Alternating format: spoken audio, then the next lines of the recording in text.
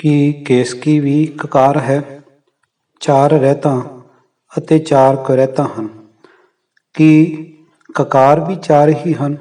ਵਾਹਿਗੁਰੂ ਜੀ ਕਾ ਖਾਲਸਾ, ਵਾਹਿਗੁਰੂ ਜੀ ਕੀ ਫਤਿਹ। 1699 ਨੂੰ ਵਿਸਾਖੀ ਤੋਂ ਕਰੀਬ 2 ਮਹੀਨੇ ਬਾਅਦ ਭਾਵ 25 ਮਈ ਸੰਨ 1699 ਨੂੰ ਦਸਵੇਂ ਪਾਤਸ਼ਾਹ ਗੁਰੂ ਗੋਬਿੰਦ ਸਿੰਘ ਜੀ ਨੇ ਕਾਬੁਲ ਦੀ ਸੰਗਤ ਵੱਲ ਇੱਕ ਹੁਕਮਨਾਮਾ ਜਾਰੀ ਕੀਤਾ, ਜਿਸ ਵਿੱਚ 5 ਕਕਾਰਾਂ ਦਾ ਜ਼ਿਕਰ ਕੀਤਾ ਗਿਆ ਹੈ। ਕੇਸ ਰੱਖਣੇ ਇਹ ਸਾਡੀ ਮੋਹਰ ਹੈ, ਕਛ ਕਿਰਪਾਨ ਦਾ ਵਿਸਾਹ ਕਰਨਾ ਨਹੀਂ। ਸਰਬਲੋਹ ਦਾ ਕੜਾ ਹੱਥ ਰੱਖਣਾ, ਦੋਨੋਂ ਵਕਤ ਕੇਸਾਂ ਦੀ ਪਾਲਣਾ ਕੰਘੇ ਸੋਂ ਕਰਨੀ। ਸਰਬੱਤ ਸੰਗਤ ਅਭਾਖਿਆ ਦਾ ਕੁੱਠਾ ਮਾਸ ਖਾਵੇ ਨਹੀਂ, ਤੰਬਾਕੂ ਨਾ ਵਰਤਣਾ।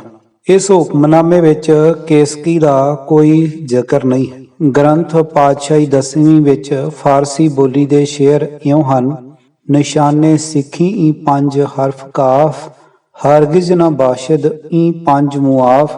ਕੜਾ ਕਾਰ ਦੋ ਕਾਸ਼ ਕੰਘਾ ਬਿਦਾਂ, ਬਿਲਾ ਕੇਸ ਹੇਚ ਅਸਤ ਜੁਮਲਾ ਨਿਸ਼ਾਂ। ਭਾਵ ਕਾਰਦ ਫਾਰਸੀ ਦਾ ਸ਼ਬਦ ਹੈ, ਮਤਲਬ ਹੈ ਇਸ ਦਾ ਕਿਰਪਾਨ, ਬਿਦਾ ਇਸ ਤੋਂ ਇਲਾਵਾ। ਸਿੱਖੀ ਦੇ 5 ਚਿੰਨ੍ਹ ਇਹ ਹਨ ਜੋ ਕਾਫ ਹਰਫ ਨਾਲ ਭਾਵ ਕੱਕਾ ਅੱਖਰ ਨਾਲ ਆਰੰਭ ਹੁੰਦੇ ਹਨ। ਇਹਨਾਂ ਦੇ ਨਾਂ ਰੱਖਣ ਦੀ ਮੁਆਫੀ ਕਿਸੇ ਸਿੱਖ ਨੂੰ ਨਹੀਂ ਮਿਲ ਸਕਦੀ। 4 ਚਿੰਨ੍ਹ ਤਾਂ ਹਨ: ਕੜਾ, ਕਰਦ, ਕੱਛ ਜਿਸ ਨੂੰ ਕਛਹਿਰਾ ਕਿਹਾ ਜਾਂਦਾ ਅਤੇ ਕੰਘਾ। ਇਹਨਾਂ ਤੋਂ ਇਲਾਵਾ 5ਵਾਂ ਚਿੰਨ੍ਹ ਕੇਸ ਹਨ ਅਤੇ ਕੇਸਾਂ ਤੋਂ ਬਿਨਾਂ ਉੱਪਰਲੇ ਚਾਰੇ ਚਿੰਨ੍ਹਾਂ ਦੀ ਕੋਈ ਮਹਾਨਤਾ ਨਹੀਂ।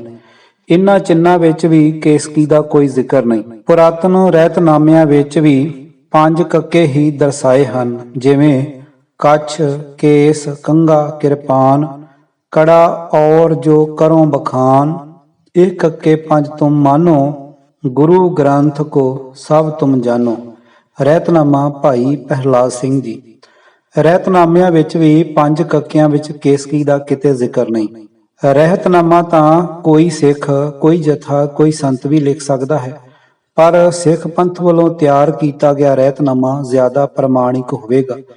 ਇਹ ਸੋਚ ਕੇ ਸ਼੍ਰੋਮਣੀ ਗੁਰਦੁਆਰਾ ਪ੍ਰਬੰਧਕ ਕਮੇਟੀ ਨੇ ਰਹਿਤ ਮਰਜ਼ਾਦਾ ਦਾ ਇੱਕ ਖਰੜਾ ਤਿਆਰ ਕਰਨ ਲਈ ਇੱਕ ਰਹੁ ਰੀਤ ਸਬ ਕਮੇਟੀ ਬਣਾਈ, ਜਿਸ ਦੇ ਕਨਵੀਨਰ ਪ੍ਰੋਫੈਸਰ ਤੇਜਾ ਸਿੰਘ ਜੀ ਸਨ।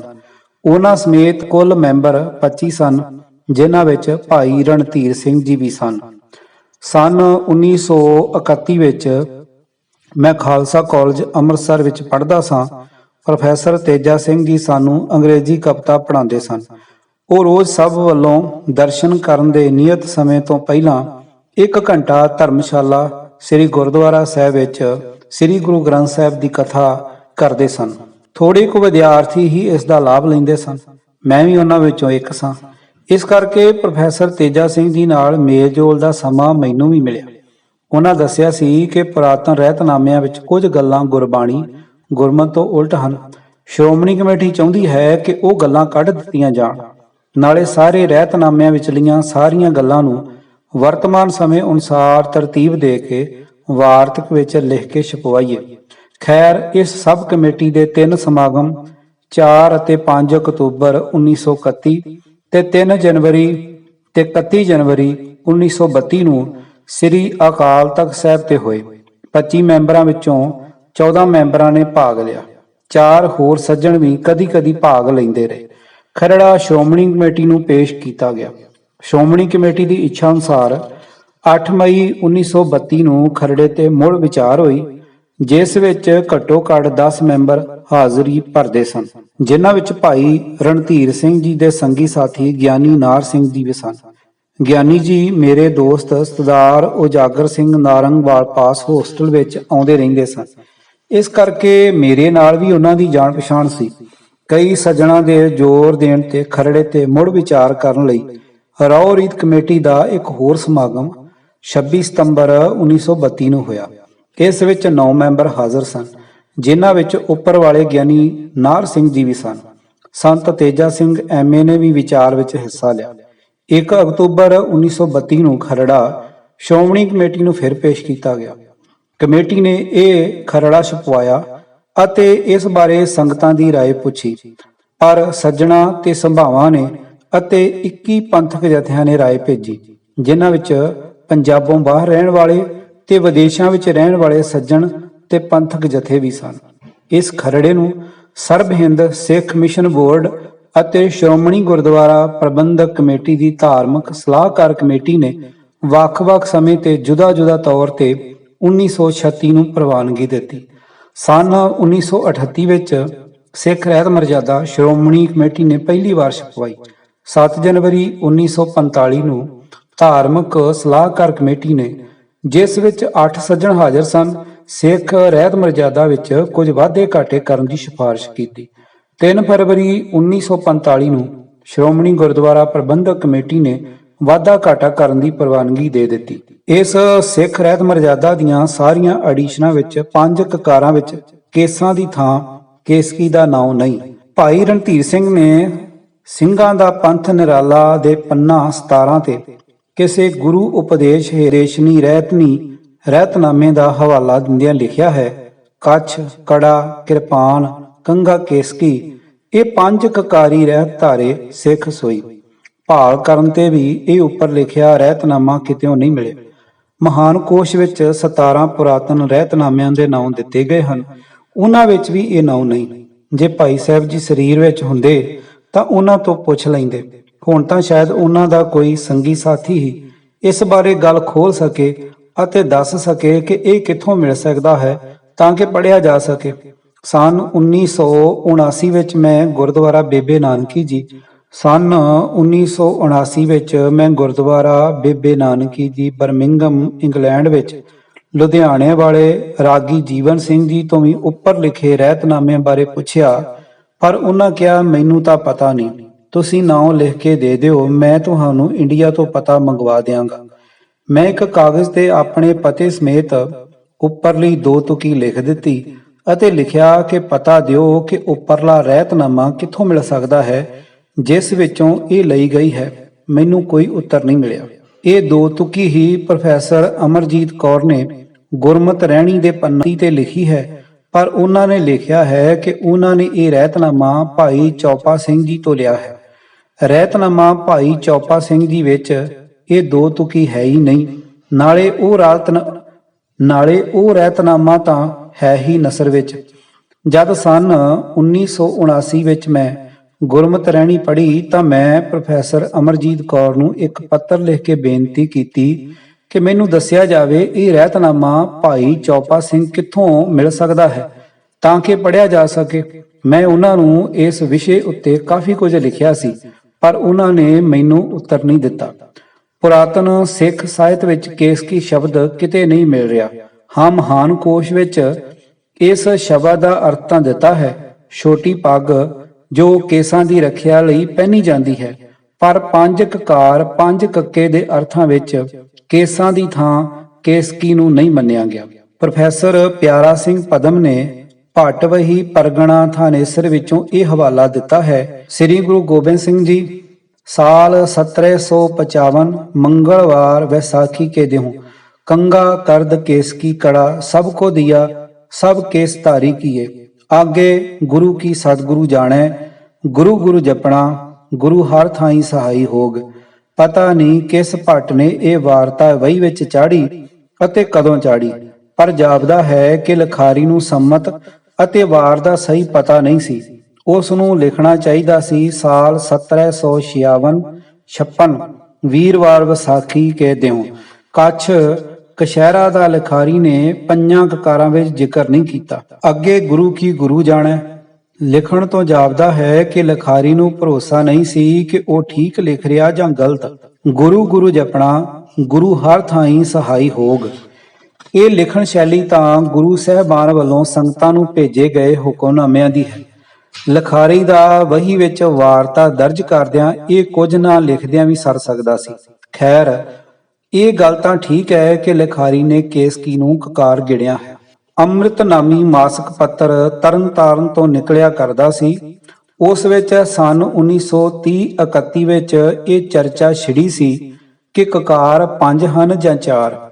ਇਹ ਵਿਚਾਰ ਦਿੱਤੀ ਗਈ ਸੀ ਕਿ ਕੇਸ ਤਾਂ ਸਰੀਰ ਦਾ ਅੰਗ ਹਨ, ਇਹ ਕਕਾਰ ਨਹੀਂ। ਸੋ ਕਕਾਰ 4 ਹੀ ਹਨ, ਭਾਵ ਰਹਿਤਾਂ 4 ਹੀ ਹਨ। ਜਿਵੇਂ ਬੱਜਰ ਕੁਰੈਤਾਂ 4 ਹਨ, ਦੋਹਾਂ ਦੀ ਗਿਣਤੀ ਇੱਕੋ ਜਿਹੀ 4-4 ਹੀ ਹੈ। ਇਸ ਵਿਚਾਰ ਦਾ ਹੁੰਗਾਰਾ ਕਿਸੇ ਨੇ ਨਹੀਂ ਸੀ ਦਿੱਤਾ। ਜ਼ਿਲ੍ਹਾ ਹੁਸ਼ਿਆਰਪੁਰ ਦਾ ਇੱਕ ਸੰਤ 5 ਕਕਾਰਾਂ ਦੀ ਥਾਂ 6 ਕਕਾਰ ਮੰਨਦਾ ਹੈ। ਉਹ ਕਮਰ ਕੱਸੇ ਨੂੰ 6ਵਾਂ ਕਕਾਰ ਪ੍ਰਚਾਰਦਾ ਹੈ। ਇਸੇ ਤਰ੍ਹਾਂ ਗੁਰਦਾਸਪੁਰ ਵੀ ਇੱਕ ਸੰਤ 3 ਕੱਕੇ ਹੀ ਪ੍ਰਚਾਰਦਾ ਹੈ, ਕੇਸ, ਕੰਘਾ ਤੇ ਕਸ਼ਹਿਰਾ। ਸਾਰੀ ਵਿਚਾਰ ਦਾ ਨਤੀਜਾ ਇਹ ਹੈ ਕਿ 5 ਕਕਾਰਾਂ ਵਿੱਚ ਕੇਸ ਹੀ ਹਨ। ਜ਼ਰੂਰੀ ਨਹੀਂ ਕਿ ਸਾਰੇ ਚਿੰਨ੍ਹ ਸਰੀਰੋਂ ਬਾਹਰਲੇ ਹੀ ਹੋਣ। ਕੋਈ ਚਿੰਨ੍ਹ ਸਰੀਰ ਦਾ ਅੰਗ ਹੀ ਹੋ ਸਕਦਾ ਹੈ, ਜਿਵੇਂ ਕੇਸ ਹਨ। ਕੇਸ ਰੱਖਣ ਨੂੰ ਰਹਿਤਾਂ ਵਿੱਚ ਅਤੇ ਕੇਸ ਮਨਾਉਣ ਜਾਂ ਛਾਂਗਣ ਨੂੰ ਕ੍ਰਹਿਤਾਂ ਵਿੱਚ ਗਿਣਿਆ ਗਿਆ ਹੈ। ਇਹ ਕੁਝ ਇਸ ਲਈ ਕੀਤਾ ਗਿਆ ਹੈ ਕਿ ਕੇਸਾਂ ਦੀ ਮਹਾਨਤਾ ਬਾਕੀ 2 ਚਿੰਨ੍ਹਾਂ ਨਾਲੋਂ ਜ਼ਿਆਦਾ ਹੈ, ਕਿਉਂਕਿ ਇਹ ਗੁਰੂ ਦੀ ਮੋਹਰ ਹਨ। ਹੋਰ ਚਿੰਨ੍ਹਾਂ ਤੋਂ ਅਣਗਹਿਲੀ ਕਰਨ ਵਾਲਾ ਤਾਂ ਤਨਖਾਹੀਆ ਹੀ ਗਿਣਿਆ ਜਾਂਦਾ ਹੈ, ਪਰ ਕੇਸਾਂ ਦੀ ਬੇਅਦਬੀ ਕਰਨ ਵਾਲਾ ਪਤਿਤ ਹੋ ਜਾਂਦਾ ਹੈ।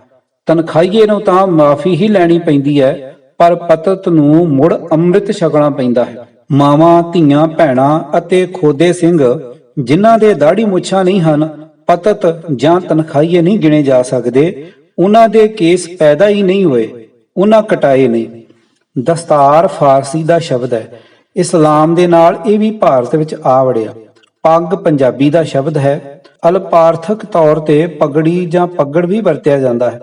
ਕਵਿਤਾ ਵਿੱਚ ਮਾਤਰਾ ਦੀ ਗਿਣਤੀ ਠੀਕ ਰੱਖਣ ਲਈ ਕਈ ਵਾਰ ਪੱਗ ਤੇ ਪਗੜੀ ਵੀ ਵਰਤੇ ਜਾਂਦੇ ਹਨ। ਆਪਣੇ ਅਸਲੀ ਜਾਂ ਬਦਲੇ ਹੋਏ ਰੂਪ ਵਿੱਚ ਇਹ ਸ਼ਬਦ ਭਾਰਤ ਦੀਆਂ ਹਿੰਦੀ, ਉਰਦੂ ਅਤੇ ਗੁਜਰਾਤੀ ਆਦਿਕ ਹੋਰ ਬੋਲੀਆਂ ਵਿੱਚ ਵੀ ਵਰਤਿਆ ਜਾਂਦਾ ਹੈ। ਸ੍ਰੀ ਗੁਰੂ ਗ੍ਰੰਥ ਸਾਹਿਬ ਵਿੱਚ ਦਸਤਾਰ, ਪੱਗ ਤੇ ਪਗੜੀ ਜਾਂ ਪਗੜੀ ਸ਼ਬਦ ਵਰਤੇ ਗਏ ਹਨ। ਪੱਗ ਸ਼ਬਦ ਪੈਰਾਂ ਲਈ ਵਰਤਿਆ ਗਿਆ ਹੈ। ਕੇਸਕੀ ਸ਼ਬਦ ਸ੍ਰੀ ਗੁਰੂ ਗ੍ਰੰਥ ਸਾਹਿਬ ਵਿੱਚ ਕਿਤੇ ਨਹੀਂ ਆਉਂਦਾ। ਜੇ ਕੋਈ ਸਿੱਖ ਸਿਰਫ ਦਸਤਾਰ ਹੀ ਬੰਨੇ, ਥੱਲੇ ਕੇਸਕੀ ਨਾ ਬੰਨੇ, ਤਾਂ ਇਹ ਕਹਿਣਾ ਠੀਕ ਨਹੀਂ ਕਿ ਉਹ ਸਿੱਖ ਹੀ ਨਹੀਂ। ਕੇਸਕੀ ਤਾਂ ਇਸ ਲਈ ਬੰਨੀ ਜਾਂਦੀ ਹੈ ਕਿ ਕੇਸਾਂ ਦਾ ਤੇਲ ਕੇਸਕੀ ਨੂੰ ਹੀ ਲੱਗੇ ਅਤੇ ਉੱਪਰ ਬੰਨੀ ਦਸਤਾਰ ਖਰਾਬ ਨਾ ਹੋਵੇ ਅਤੇ ਕੇਸਕੀ ਦਸਤਾਰ ਨਾਲੋਂ ਛੇਤੀ ਧੋਈ ਜਾ ਸਕੇ।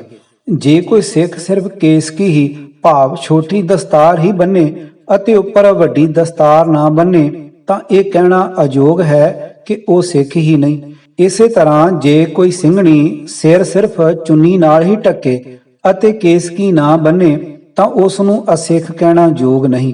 ਜੇ ਕੋਈ ਸਿੰਘਣੀ ਸਿਰਫ ਕੇਸਕੀ ਹੀ ਬੰਨੇ ਤੇ ਉੱਪਰ ਚੁੰਨੀ ਨਾ ਲਵੇ, ਤਾਂ ਵੀ ਉਸ ਨੂੰ ਅਸਿੱਖ ਕਹਿਣਾ ਅਯੋਗ ਹੈ। ਜੇ ਕੋਈ ਸਿੱਖ ਕੇਸਾਂ ਦੀ ਰੱਖਿਆ ਲਈ ਦਸਤਾਰ ਦੀ ਮਦਦ ਕਰਨ ਵਾਸਤੇ ਕੇਸਕੀ ਬੰਨੇ, ਤਾਂ ਕਿਸੇ ਨੂੰ ਕੋਈ ਇਤਰਾਜ਼ ਨਹੀਂ ਹੋਣਾ ਚਾਹੀਦਾ। ਜੇ ਕੋਈ ਸਿੰਘਣੀ ਦੇ ਹੇਠਾਂ ਕੇਸਕੀ ਬੰਨੇ, ਤਾਂ ਕਿਸੇ ਨੂੰ ਕੋਈ ਗਿਲਾ ਨਹੀਂ ਹੋਣਾ ਚਾਹੀਦਾ। ਪਰ ਜੇ ਕੋਈ ਦਸਤਾਰ ਜਾਂ ਚੁੰਨੀ ਦੇ ਥੱਲੇ ਕੇਸਕੀ ਨਾ ਬੰਨੇ, ਤਦ ਵੀ ਕਿਸੇ ਨੂੰ ਕੋਈ ਸ਼ਿਕਾਇਤ ਹੋਣੀ ਚਾਹੀਦੀ। ਮੈਂ ਆਪ ਵੀ ਸੰਨ 1932 ਜਦ ਮੇਰੀ ਉਮਰ 20 ਕੁ ਸਾਲ ਦੀ ਸੀ ਤੋਂ ਦਸਤਾਰ ਦੇ ਥੱਲੇ ਸਦਾ ਕੇਸਕੀ ਬੰਨਦਾ ਹਾਂ। ਪਰ ਮੈਂ ਕੇਸਕੀ ਨੂੰ ਪਟਕੀ ਕਹਿੰਦਾ ਹਾਂ, ਕਿਉਂਕਿ ਤੀਵਿਆਂ ਵਿੱਚ ਕੁਝ ਸਮਾਂ ਮਾਝੇ, ਮਾਲਵੇ ਤੇ ਦੁਆਬੇ ਦੇ ਕੁਝ ਚੰਗੇ ਮਾੜੇ ਸੰਤਾਂ ਦੇ ਸੰਪਰਕ ਵਿੱਚ ਰਹਿੰਦਿਆਂ ਇਉਂ ਕਹਿਣ ਦੀ ਆਦਤ ਪੈ ਗਈ ਹੈ। ਕਈ ਸੰਤਾਂ ਦੇ ਡੇਰਿਆਂ ਵਿੱਚ ਕੇਸਕੀ ਦੀ ਥਾਂ ਪਟਕੀ ਸ਼ਬਦ ਵਰਤਿਆ ਜਾਂਦਾ ਸੀ। ਮੁੱਕਦੀ ਗੱਲ, ਕੇਸਕੀ ਦਸਤਾਰ ਤੇ ਚੁੰਨੀ ਦੀ ਮਦਦ ਲਈ ਪਹਿਨੀ ਜਾ ਸਕਦੀ ਹੈ, ਪਰ ਕਕਾਰ ਅਤੇ ਗੁਰੂ ਦੀ ਮੋਹਰ ਕੇਸ ਹੀ ਹਨ। ਜੇ ਕੋਈ ਪੰਥ ਦੋਖੀ ਹੋਰ ਫੈਸਲਾ ਕਰਕੇ ਸਿੱਖ ਰਹਿਤ ਮਰਜ਼ਾਦਾ ਵਿੱਚ ਤਬਦੀਲੀ ਲਿਆ ਕੇ ਕੇਸਾਂ ਦੀ ਥਾਂ ਕੇਸਕੀ ਨੂੰ ਕਕਾਰ ਮੰਨ ਲਵੇ, ਤਾਂ ਪੰਥ ਦੀ ਰਜ਼ਾ। ਪਰ ਵਰਤਮਾਨ ਸਥਿਤੀ ਵਿੱਚ ਤਾਂ ਹਰੇਕ ਸਿੱਖ ਸਿੱਖਣੀ ਦਾ ਫਰਜ਼ ਬਣਦਾ ਹੈ ਕਿ ਸ੍ਰੀ ਅਕਾਲ ਤਖਤ ਸਾਹਿਬ ਤੋਂ ਪ੍ਰਵਾਨਿਤ ਹੋਈ ਪੰਥ ਦੀ ਬਣਾਈ ਹੋਈ ਸਿੱਖ ਰਹਿਤ ਮਰਜ਼ਾਦਾ ਨੂੰ ਮੰਨਦਿਆਂ ਹੋਇਆਂ ਕੇਸਾਂ ਨੂੰ ਹੀ ਕਕਾਰਾਂ ਵਿੱਚ ਗਿਣੇ, ਨਾ ਕਿ ਕੇਸਕੀ ਨੂੰ। ਹਵਾਲਾ ਵਿਚਾਰ ਸਾਂਝਾਂ ਭਾਈ ਰਤਨ ਸਿੰਘ, ਆਵਾਜ਼ ਭਾਈ ਗੁਰਜੰਟ ਸਿੰਘ ਰੂਪੋਵਾਲੀ। ਵਾਹਿਗੁਰੂ ਜੀ ਕਾ ਖਾਲਸਾ, ਵਾਹਿਗੁਰੂ ਜੀ ਕੀ ਫਤਿਹ।